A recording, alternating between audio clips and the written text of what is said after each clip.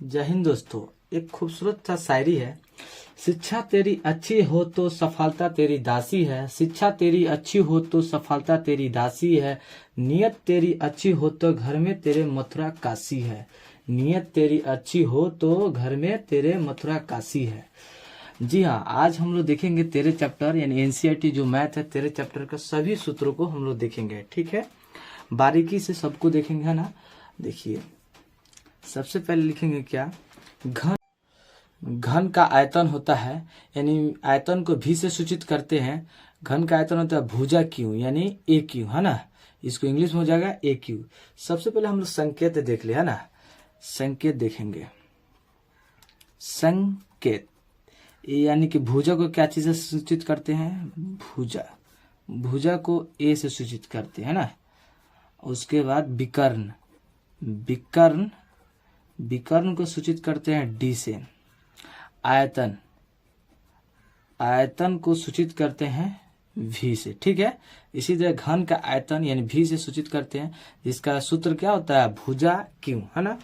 अब देखिए घन का हम लोग विकर्ण देखेंगे। घन का विकर्ण, घन का विकर्ण यानी इसको क्या चीज से सूचित करते हैं हम लोग, डी से। क्या चीज से, डी से। घन का विकर्ण होता है √3a। क्या होता है, घन का विकर्ण होता है √3a, है ना। 2 नंबर। अब देखिए तीसरा नंबर हम लोग सूत्र देखेंगे, घन का पृष्ठीय क्षेत्रफल। घन का पृष्ठ क्षेत्रफल, घन का पृष्ठीय क्षेत्रफल यानी क्या हो जाएगा, 6a²। क्या होता है, 6a², यानी घन का पृष्ठीय क्षेत्रफल 6a²। अब हम लोग चौथा सूत्र देखेंगे। चौथा सूत्र है घन की भुजा, एक भुजा। घन की एक भुजा यानी भुजा को क्या चीज सूचित करते हैं, ए से। यानी क्या हो जाएगा, रूट अंदर आयतन। क्या होता है, आयतन। आयतन यानी कि रूट अंदर आयतन, यानी यह क्यों हो जाएगा, क्यों रूट अंदर आयतन, है ना। अब देखिए घन का आयतन क्या होता है, यानी घन का किनारा लिख सकते हैं। पांचवा सूत्र घन का किनारा। घन का किनारा हो जाएगा आपका d/√3।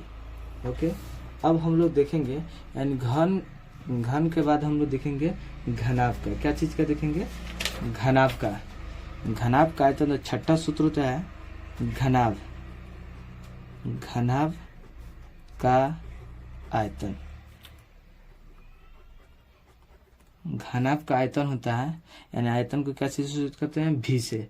घनाभ का आयतन होता है L/B/H, यानी को हिंदी में लिख सकते हैं लंबाई गुने चौड़ाई गुने ऊंचाई। ओके, उसके बाद हम लोग देखेंगे सातवां सूत्र देखेंगे, यानी घनाभ की ऊंचाई चौड़ाई। घनाभ की चौड़ाई, घनाभ की चौड़ाई क्या हो जाएगा, यानी कि V/, यानी आयतन बटा L/H। क्या होगा, L/H होगा। उसके बाद घनाभ यानी 8वां नंबर में देखेंगे हम लोग घनाभ की लंबाई।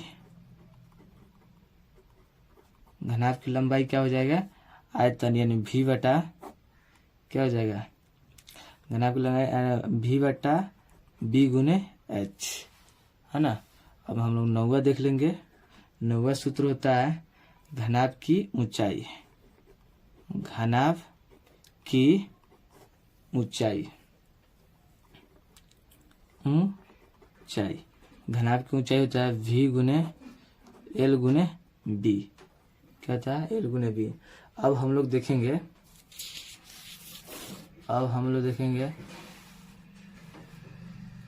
घनाभ। अब हम लोग देखेंगे घनाभ का पृष्ठ क्षेत्रफल। घनाभ का पृष्ठ क्षेत्रफल क्या होता है? 2 गुने L B plus B H plus क्या होता है? यानी कि एच एल। ठीक है। अब हम लोग देखेंगे घनाभ का विकर्ण। घनाभ का विकर्ण। घनाभ का विकर्ण होता है यानी कि रूट अंदर